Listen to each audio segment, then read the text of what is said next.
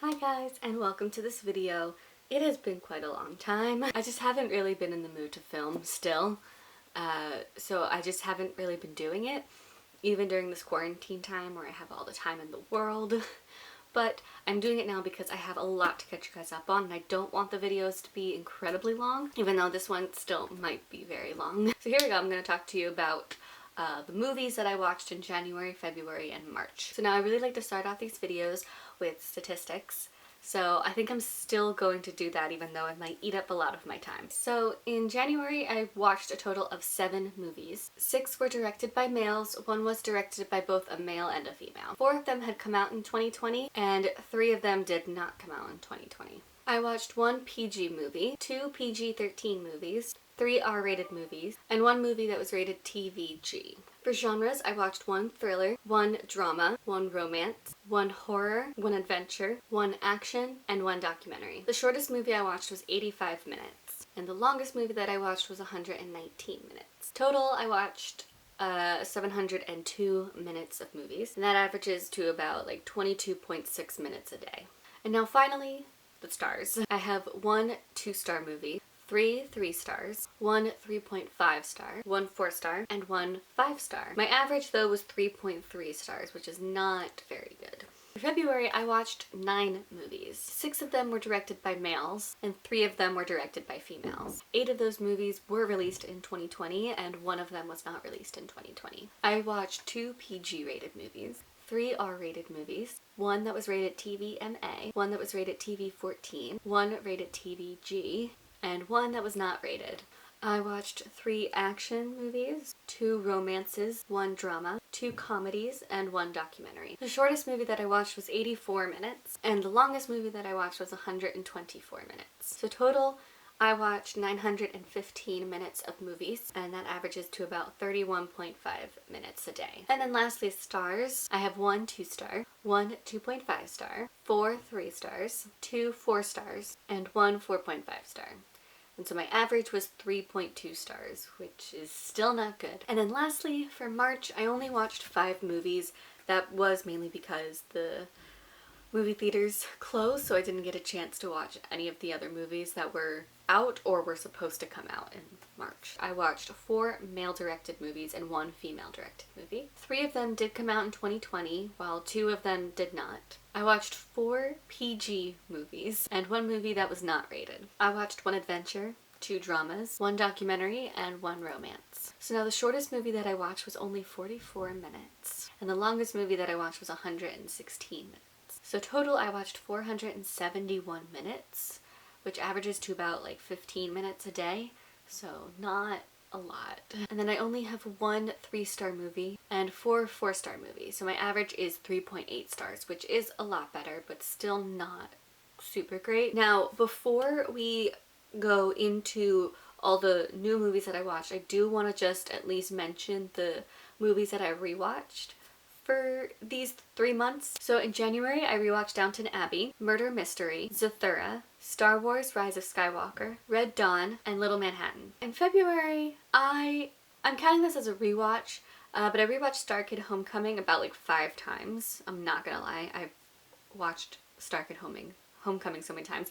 The only reason I'm counting this as a rewatch is because I did see this live last year, and so I got the DVD version of the concert that I saw. Then I also watched The Kissing Booth, 5 Feet Apart, To All the Boys I've Loved Before, Just Like Heaven, La La Land, The Vow, and Crazy Rich Asian. Now in March I had a lot of time on my hands, so I also did rewatch a lot of movies. Jojo Rabbit, Dora and the Lost City of Gold, National Treasure 2, Tomb Raider, Charlie's Angels, The Phantom of the Opera, Divergent, Insurgent and Allegiant, The Maze Runner, The Scorched Trials, and The Death Cure, Pacific Rim and Pacific Rim 2 Uprising. I watched Starkid Homecoming again, Journey to the Center of the Earth, and Journey to the Mysterious Island, Jumanji Welcome to the Jungle, and Jumanji The Next Level, Beauty and the Beast, and Aladdin. So let's get to talking about these movies. I'm kind of gonna not talk about them in the order that I watched them. I'm just gonna like break them up into sections. So the first section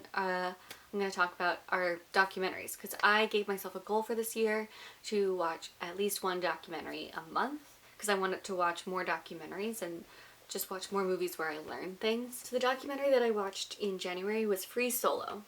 This is a story about a guy who, he's a free soloer, which means he climbs big mountains without any like ropes or things to like hold him, so if he falls he could very well die.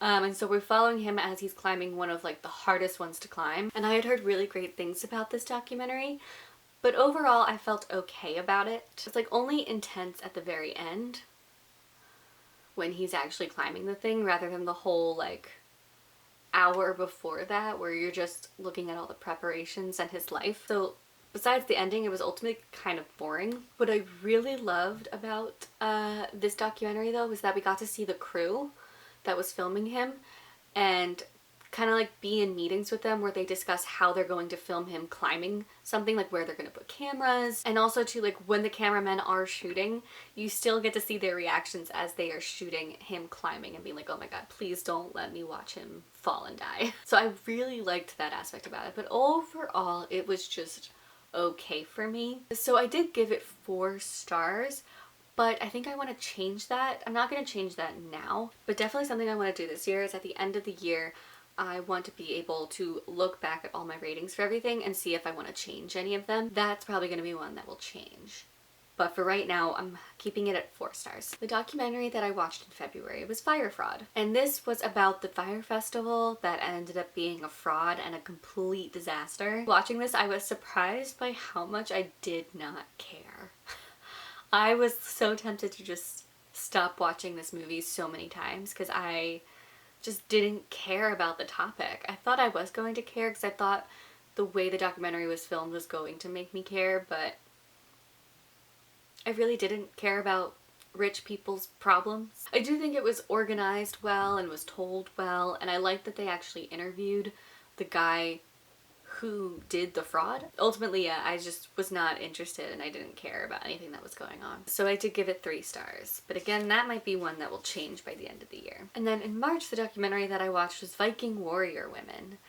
This was something I just randomly found on Disney Plus and it seemed very interesting, so I watched it and I actually really enjoyed this a lot. In this, we follow an archaeologist who is going to all these places that have discovered women who were buried as if they were Vikings and they had like weapons with them and all this stuff, and so they're discussing about how there could have been women who were Viking warriors and not just men. This one I did actually learn a lot, because like not just even about the fact that there were Viking women, it was also just like the type of weapons that they used and how they did battle, and they like really talked about Vikings fighting styles and their lifestyles. Also, watching this movie made me really want to be an archaeologist, so who knows, maybe if I had lived another life I could have been an archaeologist. The narrator though could be a bit annoying at times, and I gave this one a 4 out of 5 stars. So now we're going to talk about movies that came out in 2020. And the first one that I watched that came out in 2020 was Love in Winterland. This is a Hallmark romance movie.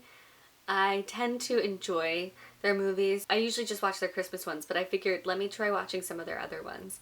And this one was okay. I mean, like, they're definitely bad, but there's something about how bad they are that just makes it super enjoyable. But I loved Chad Michael Murray in this. Like, Chad Michael Murray was fantastic, and I will watch any movie, any Hallmark movie with Chad Michael Murray in it. However, though, I did not feel the chemistry between him and Italia, I think that's her name. She was the female lead in the movie. It's weird because I liked her when she was in Designated Survivor, but I didn't really like her in this. I didn't feel the chemistry. I felt she was kind of annoying. And I really enjoyed the plot of the movie. It's like a hate to love romance, and I love hate to love romances, but I also love that she was like on The Bachelor and she was like one of the final contestants, but she turns him down for Chad. Okay, and it was cute at times, but it did not give me any of like those warm fuzzy feelings that the Hallmark Christmas movies usually give me. So that's why I felt this was okay. And I gave it 3 out of 5 stars. Also, I feel like I should mention, keep in mind that when it comes to Hallmark movies, I mainly rate them on enjoyability and nothing else. Because if I rated them on other things besides enjoyability, they would be a lot lower. But I feel like I need to emphasize that I do rate Hallmark movies differently than other movies. The next 2020 movie that I watched was Underwater, which I was very surprised I wanted to see. I'm not a horror person, and we've been watching the trailer, I could tell this was going to be like super scary, but yet at the same time I was super interested. And also Kristen Stewart lately has been having such a big comeback. She's been doing so well lately, and I'm always just like entranced whenever she's on the screen. Like, she's all I can ever look at. So wanted to watch this, and surprisingly I liked it. I thought Kristen Stewart did a great job, and she was definitely the best part about this movie. I really enjoyed the CGI, and I thought it was like, whoa, excuse me, my dad is calling me. So I actually really enjoyed the CGI with this movie, and it felt like very atmospheric. This movie, I should probably explain what it's about. It takes place underwater, hence the title, Underwater. It starts off immediately with like the action, which was kind of not great. I kind of wanted at least some sort of build up and exposition, but it starts off, so we have these people that are doing some like drilling underwater, but then a monster comes out from where they've drilled and is attacking them and attacking like their base, and so they have to try and escape. A lot of the characters, pretty much all the characters, were very one-dimensional, so it wasn't like great by any means, but I still very much enjoyed it. I gave it 3 out of 5 stars. The next 2020 release that I watched was Dolittle, which when I watched the trailers I was like, oh my god, this is gonna be so bad and so childish and so cheesy. And I surprisingly liked it more than I thought I would. It didn't feel as cheesy as it was in this trailer. I liked Robert Downey Jr. I thought he did a good job. The only thing is, I don't know how I feel about his accent throughout the whole movie. I also didn't like how we were going back and forth between the animal language and the human language, or just even going between like one animal's language to another animal's language and then to human language. Like, it got very kind of confusing, and it was also just weird and took me out of the story for a bit. And I got used to it eventually, but like in the beginning, the constantly going back and forth between the different languages was just weird. But overall, yeah, I mean, I had fun with it, so I gave it 3 out of 5 stars. And then the next one I watched was The Gentleman, which I was very excited about. I like Guy Ritchie. I like his take on these types of movies. I don't even know how to describe his types of movies, but in this one we follow a mob boss. I think he's a mob boss, and he's a big leader in the drug trade, mainly weed, and there are people trying to buy him, there are people trying to destroy him. And then we also have Hugh Grant, who is like kind of a narrator for half the movie. He's like explaining a lot of the things that are going on. He's like, let me tell you a story. And then you find out how he is connected to all of that, and what he's after. And it's very well done, very well shot. I love the Guy Ritchie's little cameo at the end as well. I thought that was brilliant and so funny. And I like the twists and turns that constantly happen throughout the movie, but I do think there were too many of them. I like Henry Golding, but I couldn't see him as this character. Like, I can't see him as a bad guy. I can only ever see Henry Golding as a good guy and a romantic lead. It's visually intriguing, just with like the way it's shot. It's so cool looking. And then I really liked the music. I mean, this movie's definitely not boring, and I did really like it, but it is not a favorite. So I do give it 3.5 stars. Then I watched The Rhythm Section, which I was a little disappointed with. When I watched the trailer, I had no idea what to expect. It kind of seemed like it was like a female James Bond, but it didn't have quite that feeling. There wasn't a whole lot of chemistry between all of the characters. I felt like they were all very flat and one-dimensional. I really liked Blake Lively in this role. I've never seen her in a role like this before, but I thought she did a great job. I just think it was maybe the story that was lacking. I also didn't understand how we got to that conclusion at the end. Like, it was just kind of a hard to follow movie. It was decent, but it's nothing to like rave about. So I gave it 3 out of 5 stars. Then I watched P.S. I Still Love You, which I was the most excited about. And I know a lot of people did not like this movie, but I loved this movie. I still think it's great. It's not as good as the first one, but I still really, really enjoyed this one. I thought there was really great character development in this one. Like, I thought the character development in this movie was better than the first one. And it has really great charm. It still has like that same charm from the first one. But there were a few things that I had issues with the movie. First of all, it ended way too quickly. I also did not believe the love triangle. Because when I read the books, I was a huge fan of John Ambrose McLaren. I was, swoon-worthy for him. And then watching the movie, they didn't really do a whole lot with John. I don't feel like they did John Ambrose McLaren justice. So that made me not quite believe the love triangle that was going on. And lastly, where the hell is Josh? Even just like a line explaining where he is if he's not there would have been great. But like, no, it's just kind of like we all forgot who Josh was and that he's a part of this story. But overall, I really, really enjoyed this and I cannot wait for the third one. And so I gave it 4.5 out of 5 stars. The next movie that I watched was Birds of Prey, and I actually saw this twice in the theaters because I really loved it. This is the Harley Quinn movie, and I've realized I'm not a huge like superhero movie fan, but I really love female superhero movies. They're the ones I seem to really enjoy. Although I don't think Harley Quinn is a superhero, but it was so good. I think I just love like badass women, you know, kicking butts and taking names and just being badass. Like, I love it. And I actually really liked how this story was told. It was like you would go forward and then sometimes you would go back as the narrator, Harley Quinn, would be like, wait, I'm telling this all wrong. Let me go back. But like somehow it still all made sense even though you were constantly going like back and forth. I thought the characters were great. Ian McGregor, oh my god. I don't think I've ever seen him play a villain before, except for maybe in Angels and Demons, but that's like different in a way. But like, he was so good at this role. I really love this movie, but there was one scene that did like take me out of it for a little bit.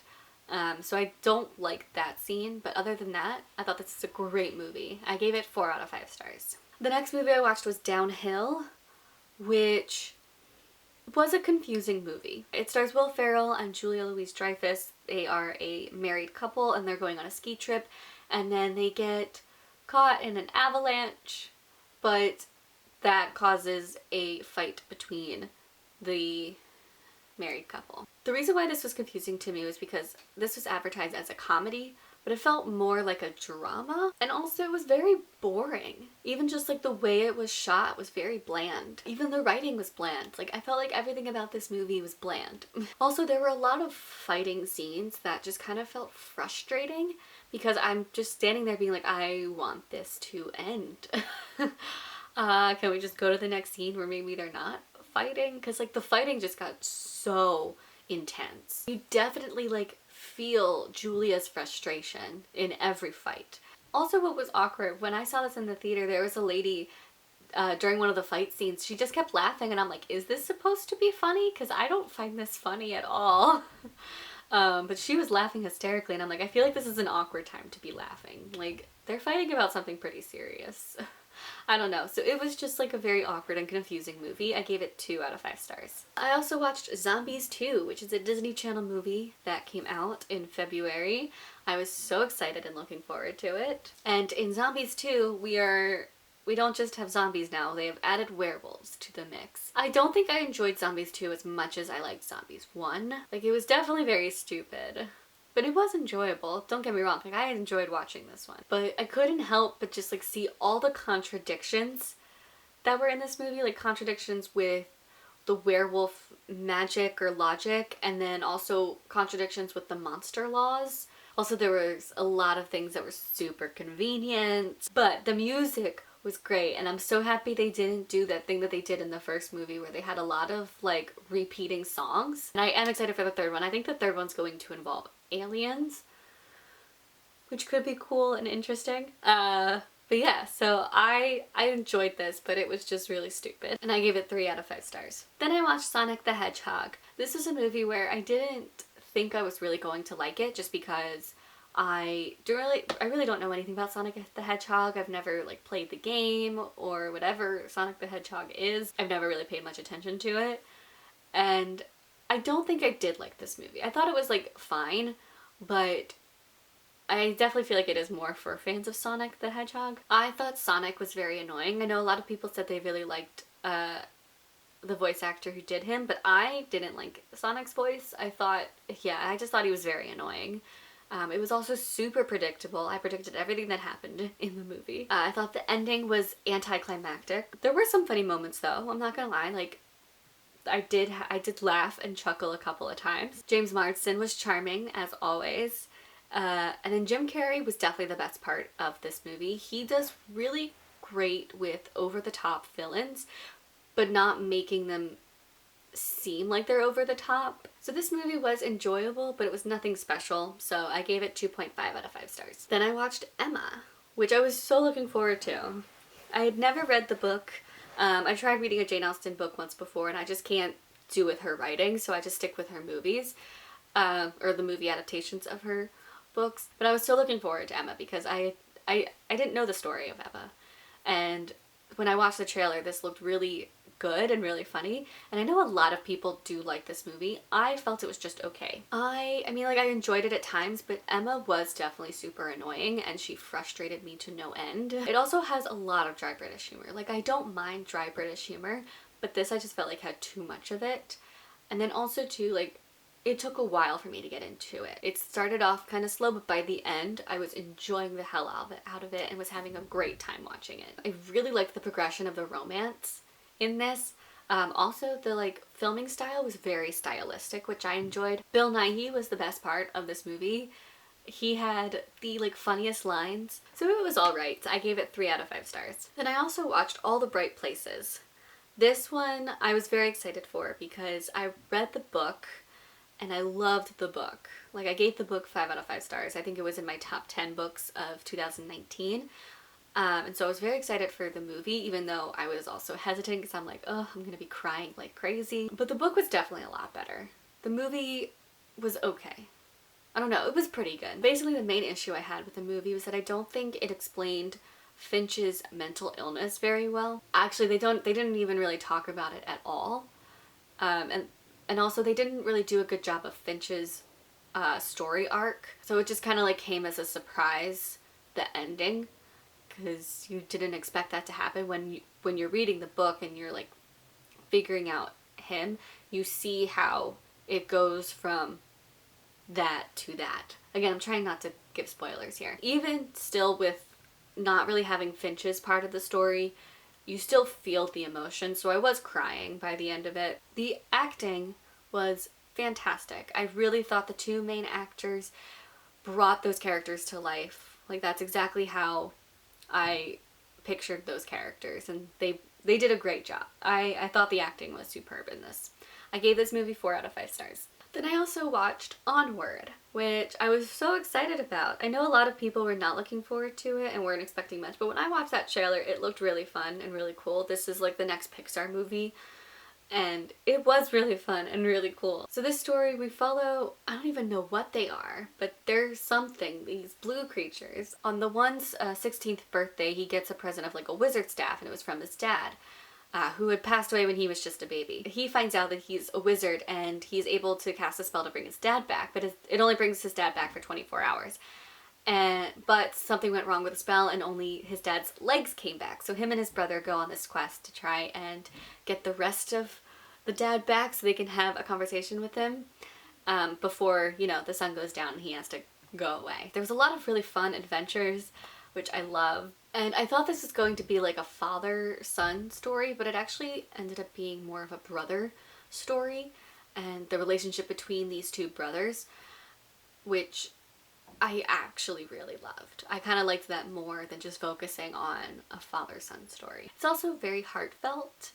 Like, yes, it's fun, but it does deal a lot with loss and grief, and so I thought that was done very well. So even though I don't think it was anything like super special, but it was certainly enjoyable. So I gave it 4 out of 5 stars. Next, I watched Stargirl, another movie I was so looking forward to, because I read this book back when I was in elementary school, and it was like my favorite book that I read in elementary school. And then I reread it in the month of March in anticipation for the movie. And when I reread it, I again still really loved it. It's one of those children's books that just really holds up even when you're an adult. It's so good. However, the movie, Again, another movie where the book is just loads better than the movie. I think the movie just kind of felt boring and lackluster, and it was very slow paced, and they didn't really, I don't know, there was a lot of things that were missing from the book, but it wasn't so much things that happened, it was more just like feelings that I got from the book that I was missing when I was watching the movie. I did like the added music and singing that was in the movie, because I think only in the book Stargirl sings, but in the movie we also have Leo singing with her, which I liked. But also too, like, the acting was so good. I thought the two kids did a really great job bringing those characters to life. So I gave this movie 3 out of 5 stars. And then the last 2020 released movie that I watched was I Still Believe. I would have been able to watch more, but then they closed the movie theaters and now movies are not coming out, and it's making me very sad. But I'm still very happy I got a chance to see I Still Believe, because I actually really like this one. This is a faith-based movie and it's based off of a true story. And I do tend to like these types of movies, but I think this one is definitely one of the best ones out there. So because this is based off a true story, we follow Jeremy Camp, who is actually a famous Christian music artist, and we follow his relationship with his first wife, how they fell in love, and then she was diagnosed with cancer, and just that like whole struggle. It's a really beautiful story, but it is also very sad. I also think the chemistry between the two actors, Britt Robertson and KJ Apa, was great. The dialogue was a little awkward at times, but overall I think this is a really great faith-based movie and I enjoyed the hell out of it, and I gave it 4 out of 5 stars. Now I also watched the movies that did not come out in 2020, so I'm going to talk about those. The first one being Burn. This is a movie that came out last year, and I didn't watch it last year because I don't think it was in theaters. I think this is one of those movies that just was like straight to DVD. But the reason I watched this is because Josh Hutcherson is in it, and Josh Hutcherson is the love of my life. He is my #1 celebrity crush, and I will watch every single movie that he is in. So I had to watch this one.